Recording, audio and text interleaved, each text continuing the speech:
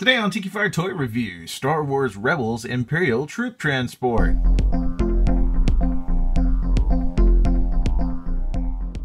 Hello, Tikifire here with another Tikifire Toy Review, and today I've got something I picked up recently.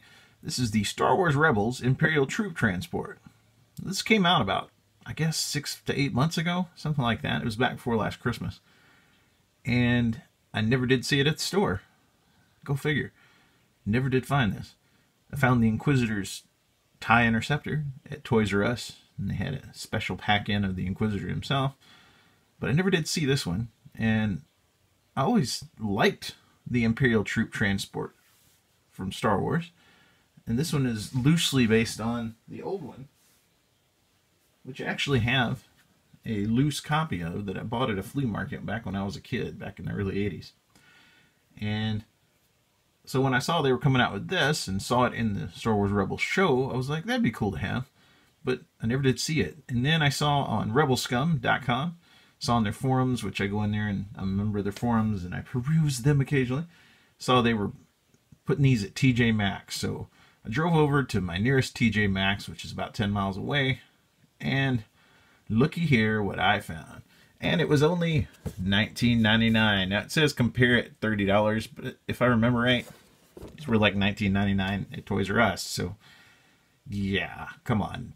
Who are you trying to fool, TJ Maxx? I was just glad to find it and find it for a reasonable price. I know on eBay, I looked them up and people are asking like $30, $35 for these. In a lot of cases plus shipping, and shipping on this would probably be, you know, $7 to $10 depending on how fast they ship it and all that. So I was glad to find this for this price. So what I'm going to do, we're going to take a look at the box here. On the front here, it's got an action scene. It's got the ATDP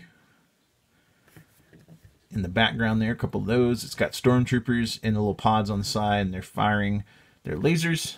And then it's got a turret on the top, and it says fantasy scene. And this has English, French,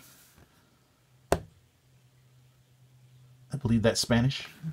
I'm not sure what that is. Okay, so this has a lot of languages on it. Kind of cool, though. Alright, and here's the back of the box. Let's take a look at that. It says firing missile launchers. Imperial troop transports deploy stormtroopers into battle and are equipped with heavy armor and powerful laser cannons to eliminate any rebel threat. This is figures each sold separately, subject to availability. Includes unassembled vehicle, 2 missiles, labels, and instructions. So what we're going to do, we're going to open this thing up, and we're going to take a look at it after I put it together and see what it looks like. Alright, so I'm back, and what's in the box? Well, first we have the bottom half of the transport. Here's what it looks like inside. It's got some places to put your figures, I'm assuming. Yeah. We have this back piece. This goes on the back. We have a instruction booklet. We'll take a look at that in a second. And we have this top piece. And inside of the package, we have a couple of missiles.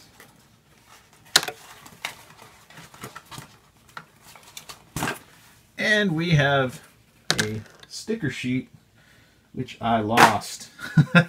No, I didn't lose it. It's in the floor. And finally, we have a sticker sheet with lots of tiny stickers. So what I'm going to do, I'm going to put all this together, put the stickers on it, and then we will take a look. Okay, so many tiny stickers later, and putting a couple things together later, this is the Imperial Troop Transport from Star Wars Rebels. And I gotta say, it's pretty cool looking. You can put your stormtrooper figure inside. There's actually a bunch of these. There's 6 of these side pieces. These little holders, you can put them. Now, the old Imperial troop transport came with these little hoods you could put on prisoners, but this did not come with that, unfortunately. It's like, whatever. Still cool. I mean, you could put prisoners in there if you wanted.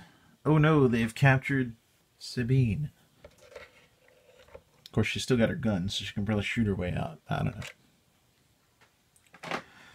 And then, you've got missiles here. This thing just swivels around. It does not raise up and down. That would have been a nice feature, but, you know, whatever. Hasbro's cheaping out, I guess.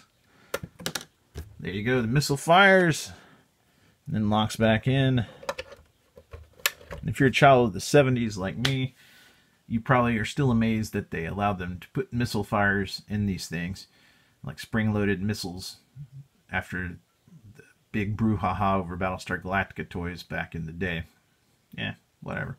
Alright, now this does open up. Or some kid swallowed a missile and got choked or something. This opens up and you've got seats inside. You've got 3 seats inside.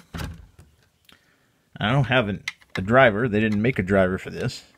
Although the ATDP driver looks a lot like the driver in the show for this, so perhaps I could pick one of those up somewhere and put them in there.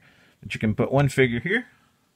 You could put another figure in the back here, behind him. And then you could even put another figure back there if you really wanted to. Although I don't think they'd have Sabine back there. Now in the show, this was like all opened up inside there.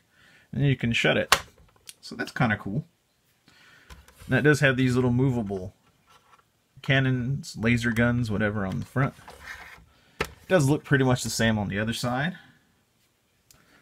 The back does not open up. That's just a piece that attaches. There's what it looks like though. And then on the bottom, you've got a spot that looks like there should be wheels. They didn't put wheels on this thing. Now the old one had wheels. I've seen a lot of people, especially like on the Rebel Scum forums, complaining about the fact that there's no wheels. You know, what are you going to do? Hasbro cheaped out on us. Of course, this thing probably would have cost $30, even at a place like TJ Maxx, if they did include the wheels. So, I guess we can't complain too awful much. So what we have basically here is a playset of sorts. It's not, I wouldn't even really call it a vehicle per se because of the lack of wheels. You basically have a playset. But that's okay. I mean, it's a cool playset. Very cool. Now, how does it compare to the old one? Well, I got my old one. I found it, I had it in storage kind of up in a closet. And I found my old one. And here's what it looks like. There's the old one. Now, if you notice on the old one, you have seats up here. And this one's, it's seen better days. You know, the stickers are all gone. I did get this at a flea market, like I said, back in the mid-'80s. And I bought it cheap because most of the pieces were missing. This has got 2 of the docks on the side missing. It's got the battery cover missing. When I've tried the batteries on this thing, the sound effects never worked. I believe it also had like a laser cannon of some sort that went on here. Or, no, it was a radar dish, I think, went on that little piece. So that when you turned it, this laser cannon would spin around. You can see what the design lineage is there, though. And this was not on screen. Now, this thing did come out in 1979. Same year as the Land of the Jaws action playset. And the Droid Factory. And Darth Vader's TIE Fighter, or the TIE Advanced X1. And the Cantina action playset. So this came out in a year where a lot of stuff was coming out. And you already had the X-Wing fighter, the Land Speeder, you had the Imperial TIE Fighter, you had the Death Star, Space Station. And those were your vehicles prior to this one coming out. And this came out the same year as the Millennium Falcon as well. So that's kind of cool. I guess they were just looking for something, even though it wasn't screen accurate, they were looking for something that would fit in with and have the same aesthetic as the other Star Wars stuff. And this did show up in the Marvel Comics Star Wars comic. I remember that. So, all in all, does the new one compare to this? Definitely. Could the new one have a few more features? I mean, at least wheels. I mean, this old one had wheels on the bottom. You can see them there. They were just simple wheels. In fact, the front one I'm not even sure is working right. So, Yeah, I mean, were they the best thing in the world? No. So I guess, you know, you could say the new one might break easily because this old one sure isn't working right. But regardless, do I like it? Definitely. Do I think you should get this if you're a Star Wars Rebels fan and you want an Imperial troop transport? Definitely. This is really cool. I mean, I really like this toy. And granted, yeah, there's not much to it, but hey, it's a throwback to the old days. You know, it's a bit of nostalgia. I'm sure that's why they put this Imperial troop transport in the show and why they made a toy out of it, because they knew people like me who remember the old one from their childhood would buy this thing. So, and it worked. Hey, I bought it. So anyways, thanks for watching. I hope you enjoyed this review. Please check out my other videos, and please subscribe if you haven't already. Thanks for your time.